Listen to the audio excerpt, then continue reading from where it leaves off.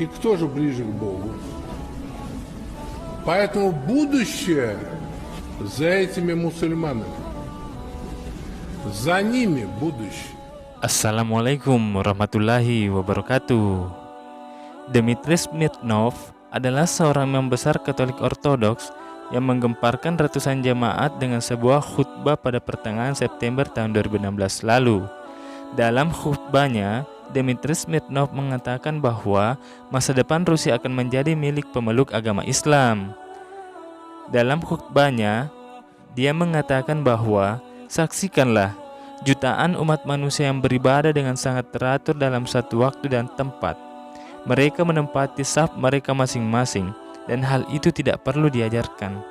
Mereka berbaris dengan tertib tanpa harus diperintahkan. Lalu di mana kalian melihat penganut agama Kristen di seluruh dunia bisa beribadah bersama?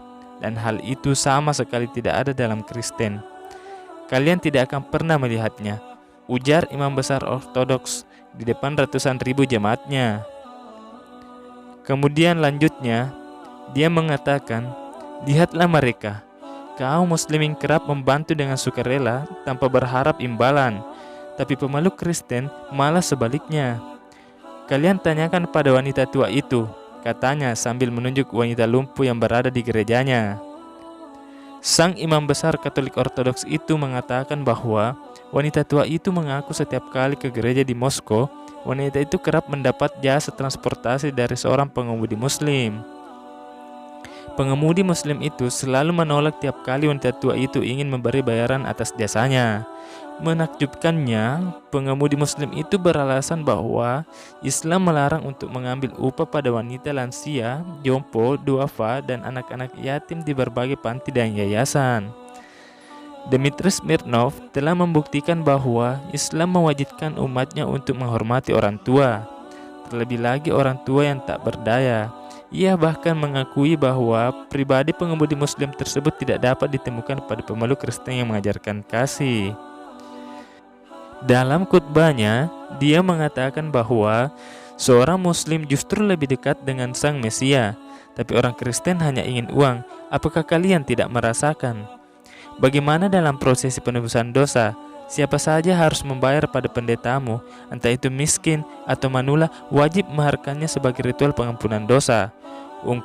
Ungkap Dmitry yang seketika membuat ratusan jemaat yang mengikuti misan imam besar Katolik itu terdiam dan termenung. Dia mengatakan seorang muslim tidak tertarik untuk mengambil upah pada orang-orang lansia. Mereka begitu ikhlas dengan sukarela membawakan barang-barang serta belanjaan wanita tua, sampai sang wanita tua itu hendak berdoa ke gereja. Bahkan, kata dia, sang pengemudi muslim setia untuk mengantar jemput wanita tua itu.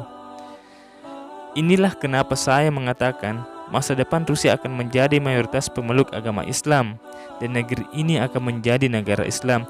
Lanjutnya dalam khutbah, menurutnya, tuduhan teroris yang kerap dialamatkan kepada agama Islam hanyalah isu belaka. Sebab, kata dia, kenyataannya umat Islam sangat mendepankan etika dan kesopanan. Di depan jamaatnya, Dmitry mengakui bahwa meski umat Islam difitnah sebagai teroris, akan tetapi populasi jumlah manusia yang berbondong-bondong memeluk agama Islam di Eropa dan Rusia makin ramai berdatang ke masjid untuk memeluk agama Islam. Karena mualaf tahu betul bahwa Islam tidak sekejam yang dunia tuduhkan.